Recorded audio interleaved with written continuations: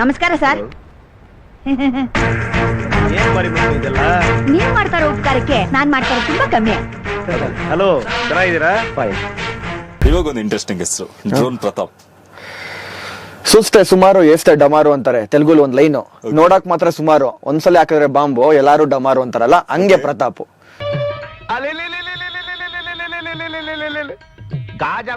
ಕಮಾಲ್ ಮಾಡ್ಬಿಟ್ಟೆ ಕಡೆ.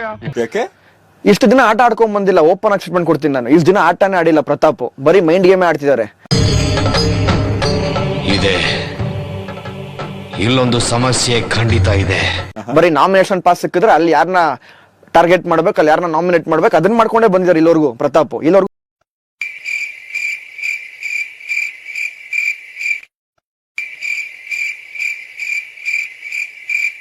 ಇಲ್ಲವರೆಗೂ ಬರ್ತಾರೆ ಅನ್ನೋದೇ ನನಗೆ ಡೌಟ್ ಅನ್ಸ್ತು. ಯಾಕಂದ್ರೆ ಯಾವ ಆಟ ನೋಡಿಲ್ಲ. ನನ್ನ ಜೊತೆ ಒಂದ್ಸರಿ ಆದ್ರೂ ಚಾಲೆಂಜಿಂಗ್ ನಿಂತ್ಕೊಂಡು ಆಡಿದಾರ, ಯಾರ ಜೊತೆ ಆದ್ರೂ ನಿಂತ್ಕೊಂಡು ಆಡಿದಾರ ಕರೆಕ್ಟ್ ಆಗಿ ಪರ್ಫೆಕ್ಟ್ ಆಗಿ? ಇಲ್ಲ, ಚಾನ್ಸೇ ಇಲ್ಲ, ನೋ ವೇ. ಎಲ್ಲರೂ ನಿಮ್ ಕಣ್ಣುಗಳಿಗೆ ಕಾಣಿಸ್ತಾ ಇರುತ್ತದು. ಹೇಳೋದಲ್ಲ ದೊಡ್ಡದಾಗೆ, ಇವಾಗ ಏನೋ ಸೋಷಿಯಲ್ ಮೀಡಿಯಾದಲ್ಲಿ ಓಡ್ತಿದೆ ಒಳ್ಳೇದು. ಇವಾಗ ನೆಗೆಟಿವ್ ಆಗಿರೋರಿಗೆ ಪಾಸಿಟಿವ್ ಆಗಿದೆ ಅಂದ್ರೆ ನಿಜವಾಗ್ಲೂ ನನಗೂ ತುಂಬಾ ಖುಷಿ ಆಗುತ್ತೆ.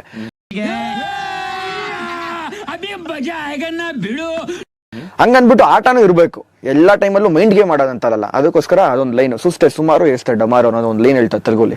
ಅದಕ್ಕೆ ಅದು ಪ್ರತಾಪ್ಗೆ ಆಪ್ಟ್ ಆಗುತ್ತೆ.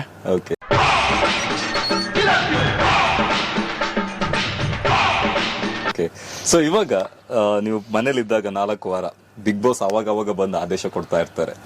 ಸೊ ಅದನ್ನ ಮಾಡಿದ್ದು ಅವ್ರ ವಾಯ್ಸ್ ಕೇಳಿಸ್ಕೊಂಡಂಗೆ ಗೊತ್ತಾಗುತ್ತೆ, ಬಂದ್ರು ಅಂತ ಹೇಳಿದ್ರೆ ಒಂದು ಸಿಗ್ನಲ್ ಅಲ್ಲಿ ಗೊತ್ತಾಗ್ಬಿಡುತ್ತೆ.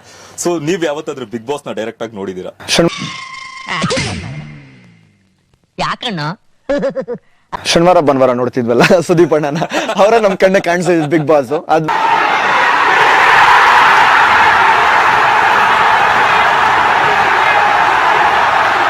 ಬಿಟ್ರೆ ಬೇರೆ ಎಂತದು ಇಲ್ಲ. ಬಟ್ ಆ ವಾಯ್ಸ್ ಕೇಳಿದ್ರೆ ಒಂಥರ ಎನರ್ಜಿ, ಒಂಥರ ಪವರ್. ಎಷ್ಟೇ ಮಲಗಿದ್ರು ಏನೇ ನಾವು ಟೆನ್ಷನ್ ಅಲ್ಲಿ ಇದ್ರು ಆ ವಾಯ್ಸ್ ಕೇಳಿದ ತಕ್ಷಣ ಇದು ಬಿಗ್ ಬಾಸ್ ಅಂದಿದ ತಕ್ಷಣ ರಪ್ಪ ಅಂತ ಇದ್ ಕೂತ್ಕೊಂತ ಇದ್ವಿ ನಾವು. ನೋಡಮ್ಮ, ಹುಡುಗ ನೋಡೋಕ್ ಹಾಗಲಕಾಯಿ ತರ ಇದ್ರು ಗುಣ ಮಾತ್ರ ಅಪರಂಜಿ. ಸಮನ ಅಂತ ಎಲ್ಲ ಗುರುವರಿಗೂ ನಮಸ್ಕಾರ. ಅಣ್ಣ ತಮ್ಮದಿರಿಗೆ, ಅಕ್ಕ ತಂಗಿರಿಗೆ ಎಲ್ರಿಗೂ 3 ಸ್ಟೇಜ್ ಮೇಲೆ ಬರ್ತಾ ಇದೀವಿ, ನಿಮ್ಮನ್ನೆಲ್ಲ ನೋಡ್ತಾ ಇದೀವಿ. ನಿಮ್ಮ ಆಶೀರ್ವಾದ, ಪ್ರೀತಿ, ಪ್ರೋತ್ಸಾಹ ಇದೇ ತರ ಕೊಡ್ತಾ ಇದ್ರೆ ಚೆನ್ನಾಗಿರುತ್ತೆ ಅಂತಂದ್ರೆ ನಮ್ಮಂತ ಚಿಕ್ಕ ಕಲಾವಿದ್ರು ಸ್ವಲ್ಪ ಹೆಂಗೋ ಬೆಳ್ಕೊಂಡ್ಬಿಡ್ತೀವಿ.